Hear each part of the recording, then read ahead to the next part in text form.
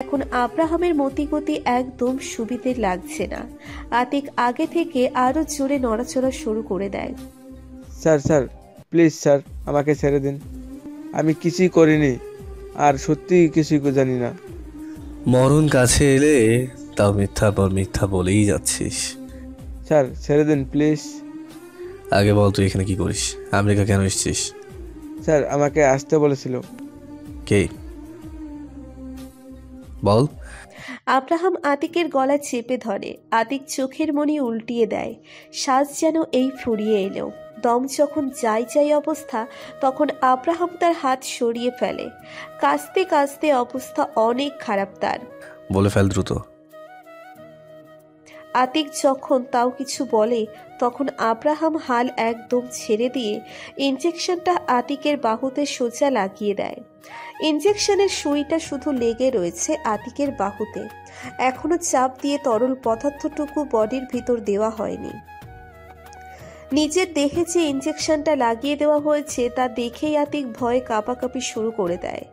আর হ্যাঁ, আব্রাহাম যা বলেছিল তা আসলেই সত্যি, কেননা কাচের শিশির ওপরে একটা সাদা মাথার খুলির নকশা দিয়ে অতিমাত্রায় বিষাক্ত চিহ্ন দেওয়া। এবার আর আতিক থাকতে পারে না। জীবনের মায়ায় পড়ে তড়িঘড়ি করে বলে, আমি জানি। হ্যাঁ, আমি এসেছি এখানে কোহিনূর বিষয়ে। আমাকে আমাকে তারাফ খান এখানে আসতে বলেছিল। আর কোহিনূরের আসল চোর আর কেউ না, তারাফ খান নিজেই।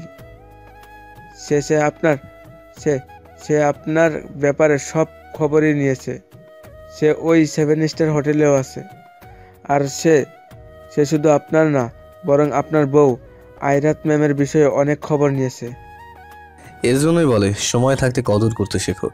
আগে বলেছিলাম যে বলে দে, কিন্তু বললি না। তুই নিজের পায়ে কোড়ালটা নিজেই মারলি।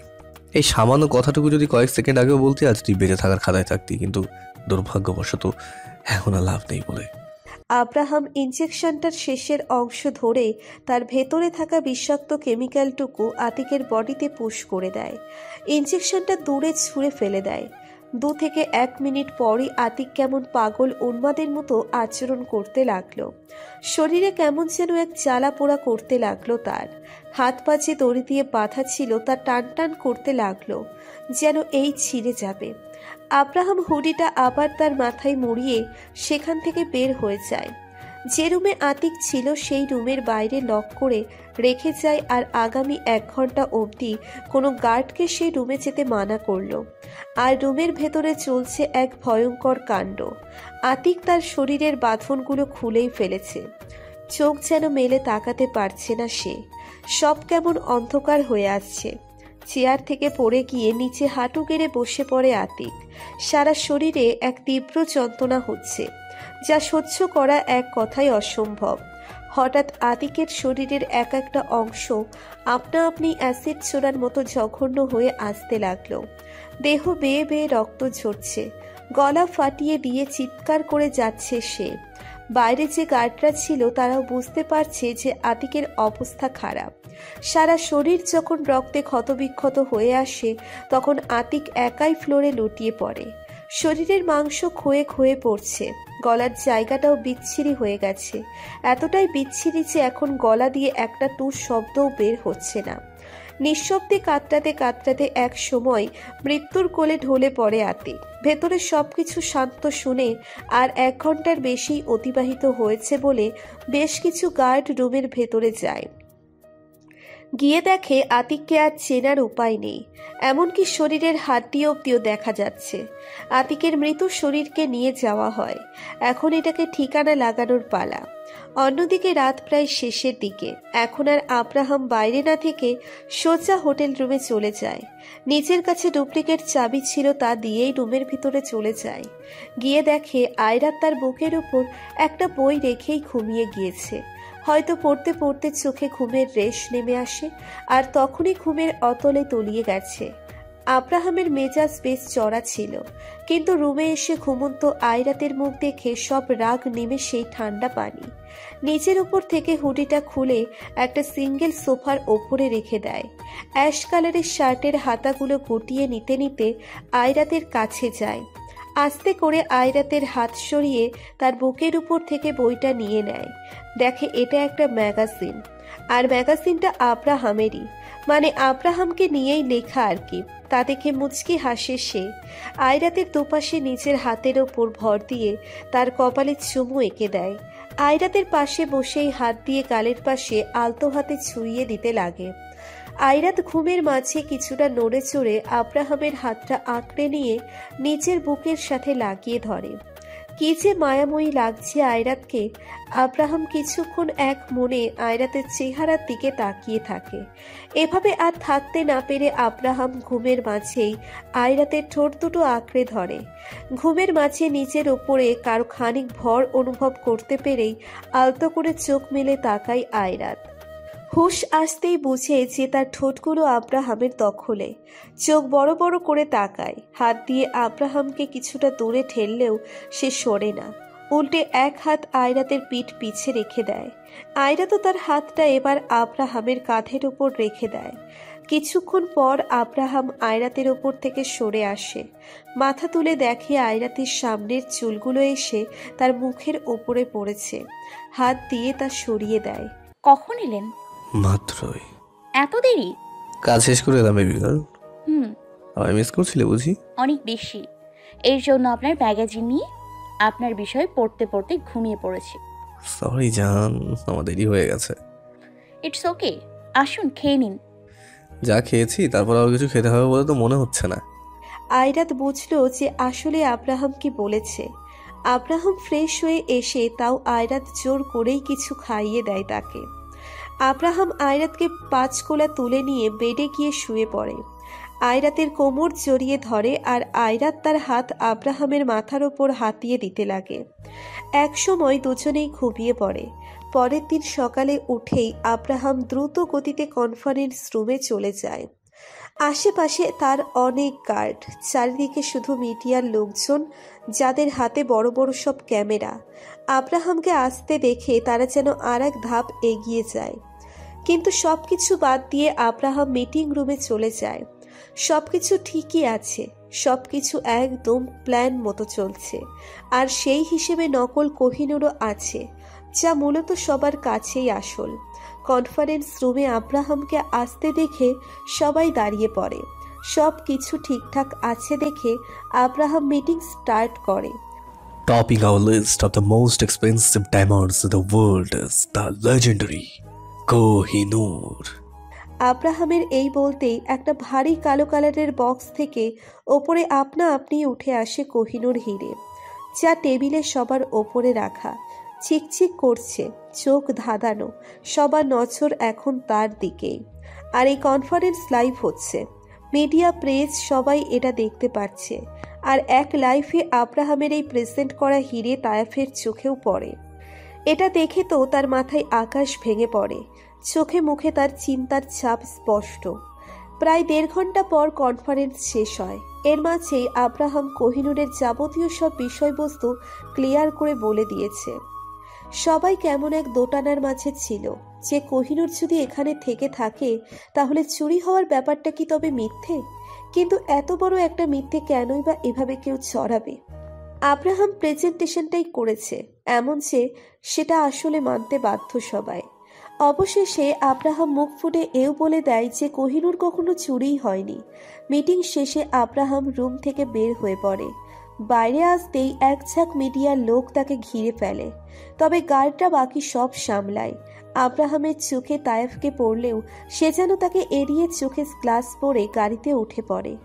এদিকে তায়েফের দৃঢ় বিশ্বাস যে কিছু তো একটা গন্ডগোল আছেই, কেননা সে এত চালাকি করে এত ছলচাতুরি করে কোহিনূর চুরি করেছে।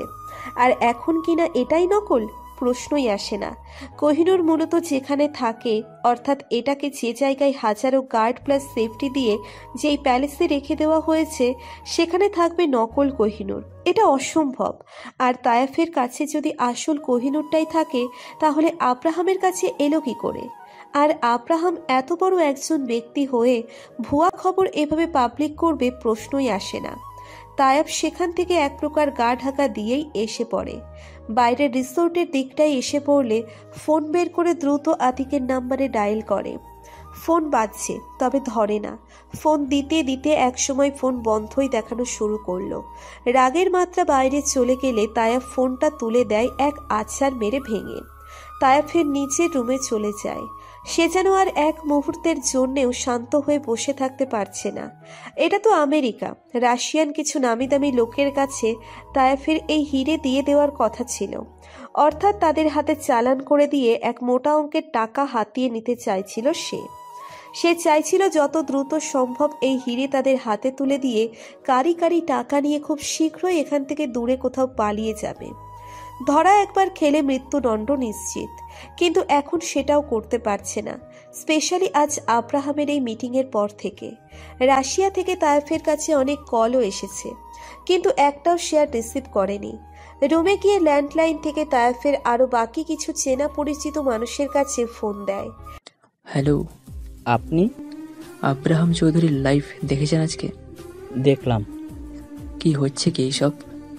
কোহিনূর আব্রাহাম চৌধুরীর কাছে কিভাবে এলো? বাহ, চোরের মায়ের দেখে আসলেই বড় গলা। মুখ সামলে। দেখুন মিস্টার খান, কোহিনূর চুরি করলেন আপনি, তাহলে খুব স্বাভাবিক সেটা আপনার কাছেই থাকবে। আব্রাহাম আহমেদ চৌধুরীর হাতে কি করে গেল, কিভাবে গেল তা আমরা কি করে জানবো? আর আদৌ কি আপনি কাজটা ঠিক করে করতে পেরেছিলেন বলুন তো? কোহিনূরকে আসলেই আপনি ওই প্যালেন্স থেকে নিয়ে আসতে পেরেছিলেন, নাকি সব সেই ফটিয়ার গার্ড দেখে দৌড়ে পালিয়ে ভেগেছিলেন, কোনটা? মোটেও না, কিন্তু কোহিনূর আমার কাছেই আছে। কে জানে সেটা আসল নাকি নকল। আমার জানা মতে আব্রাহাম চৌধুরী মাত্রাতিরিক্ত বিচরণ একজন ব্যক্তি। উনি এমন গুরুত্বপূর্ণ একটা টপিক নিয়ে আজ লাইভে এসে এভাবে মিথ্যা তথ্যের উপর ভিত্তি করে মিটিং করবে বলে মনে হয় না। তার মানে হয়তো আপনার কাছে যে হিরে আছে তাই নকল, আর আব্রাহাম চৌধুরীর কাছে যা আছে তাই আসল। কিন্তু প্যালেসে কেন কেউ নকল হিরে রাখবে? আমরা তা জানি না। আচ্ছা, এই আতিক কেন ফোন ধরছে না? সে বেঁচে থাকলে তো ফোন ধরবে। মানে আতিক আর বেঁচে নেই, মারা গেছে সে। কি সব যাদা বলছেন? কিভাবে মারা গেল, কবে? ওনার লাশ ভয়াবহ রকমের খারাপ অবস্থায় পাওয়া গেছে। কিন্তু আর হ্যাঁ, জেনে অবাক হবেন যে আতিকের সাথে যে কাজ করত বিজয় আর কি, সেও কিন্তু মারা গিয়েছে। তায়াফ ফোন কেটে দেয়। এত কিছু হয়ে গেল আর সেখানে সে এইসবের কিছুই জানে না। তায়াফ তার অন্য এক রুমে চলে যায়। ফিঙ্গারপ্রিন্ট দিয়ে একটা লকারের লক খুলে ফেলে, তার ভেতরের আবার এক পাসওয়ার্ড দিয়ে লক খুলে ফেলে। অতঃপর বের হয়ে আসে মহামূল্যবান এক পাথর, যার নাম কোহিনূর। তায়াফ তা হাতে তুলে নেয়, সূক্ষ্ম দৃষ্টিতে দেখতে লাগে।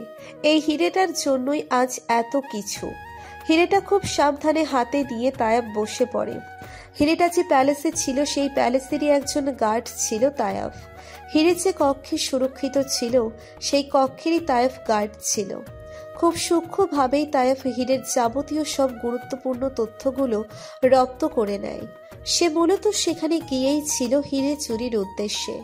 সেখানে যখন তায়াফ গার্ডের চাকরিরত অবস্থায় ছিল তখন তার সব বায়োডাটা সবই ফেক ছিল, এমনকি তায়েফের নাম অবধি মিথ্যে ছিল। সেখানের একজন উচ্চপদস্থ ম্যানেজার ছিল। প্যালেসের ভেতরে অর্থাৎ কোহিনূর হিরে যে রুমে আছে সেই রুমে যাওয়ার জন্য যে পাসওয়ার্ড দরকার পড়তো তা একমাত্র তিনিই জানতেন। উনি মিস্টার ডসান আলবার্টা যখন সবকিছু পরিদর্শনের উদ্দেশ্যে প্যালেসের ভেতরে যান তখন তায়েফের নজরে তা পড়ে। হীরের কক্ষের সামনের পাসওয়ার্ড প্ল্যাটের সঠিক পাসওয়ার্ড দিয়ে ডসান হীরের মূল কক্ষে প্রবেশ করেন। আর রুমে সেফটির জন্য যে রেড লেজার লাইট দেওয়া থাকে তখন তা বন্ধ ছিল। আর রইল সিসিটিভি ক্যামেরার কথা, তো তখন তার কানেকশন অর্থাৎ মনিটর রুমের সব ফুটেজ ডিসেবল করে দেওয়া হয়। তায়াফ নিজেই করেছে সব। ডসান আলবার্টার পিছনে কয়েকজন গার্ড ছিল, তাদের সাথে নিজের গা মিশিয়ে হীরের রুমে তায়াফও প্রবেশ করে। তবে রুমে প্রবেশ করার আগে তায়াফ তার নিজের সাথে সায়ানাইড নামক এক মাত্রাতিরিক্ত বিষাক্ত মেডিসিন নিয়ে যায়। এই বিষাক্ত মেডিসিনটা আসলে অনেক দুষ্প্রাপ্য, তবে একবার যদি এটা কারো বডিতে যায় তাহলে মৃত্যু নির্ঘাত। এটা গ্যাস হিসেবে পাওয়া যায়, আর তা একবার নাক মুখ দিয়ে শরীরের ভিতরে প্রবেশ করলে মৃত্যু অনিবার্য। প্ল্যান মোতাবেক তায়েফ তার সাথে করে সেই বিষাক্ত মেডিসিন নিয়ে আসে। তবে তায়েফের শুধু দু চোখ বাদ দিয়ে সারা মুখ মোটা কাপড় দিয়ে ঢাকা ছিল। নিজের আশেপাশে সবকিছু ভালো করে খেয়াল করে নেয়। দেখে বাকি গার্ডগুলো কঠিন মুখ করে একদম সোজা হয়ে হাতে বিশাল বন্দুক নিয়ে দাঁড়িয়ে আছে। আর ডজান একটা কাচের বক্স থেকে খুব সাবধানে হিরেটা নিয়ে নেয়। কিভাবে খুলতে হয় তায়েফ সেটাও দেখে নেয়। ডজানের হিরেটা হাতে নেওয়ার সাথে সাথেই তায়েফ তার পেছন থেকে গ্যাসীয় বিষাক্ত কেমিক্যালটুকু বের করে তার মুখ খুলে দেয়। 2-3 সেকেন্ডের মাঝেই পুরো রুমে ব্যাপকভাবে ধোঁয়া ছড়িয়ে পড়ে। এতই বেশি ধোঁয়া যুক্ত হয়ে যায় যে 1 হাত দূরত্বের জিনিস অব্দিও দেখা কষ্টসাধ্য হয়ে দাঁড়ায়। গার্ডরা সব বাজেভাবে কাঁচতে কাঁচতে ফ্লোরে লুটিয়ে পড়ে। তাদের নাক মুখ দিয়ে সাদা ঝাঁজ বের হয়ে পড়ে। তাদের মাঝে ডজান আলবার্টটাও ছিলেন। সেই কক্ষে ডেঞ্জার অ্যালার্ট বাটন ছিল। আগুন লাগলে বা অন্য কোনো গুরুতর সমস্যা দেখা দিলে সেই অ্যালার্ট বাটন একা একাই সিগন্যাল দেওয়া শুরু করে। তার তীব্র শব্দ চারিদিকে বাজতে লাগে। হ্যালো বন্ধুরা, পরবর্তী পার্ট খুব তাড়াতাড়ি আসবে, তো সবাই অপেক্ষায় থাকো। আর চ্যানেলটি যারা এখনো সাবস্ক্রাইব করোনি তারা পরবর্তী পার্ট দেখার জন্য চ্যানেলটি সাবস্ক্রাইব করে রেখো। ধন্যবাদ সবাইকে, আমাদের সাথেই থেকো।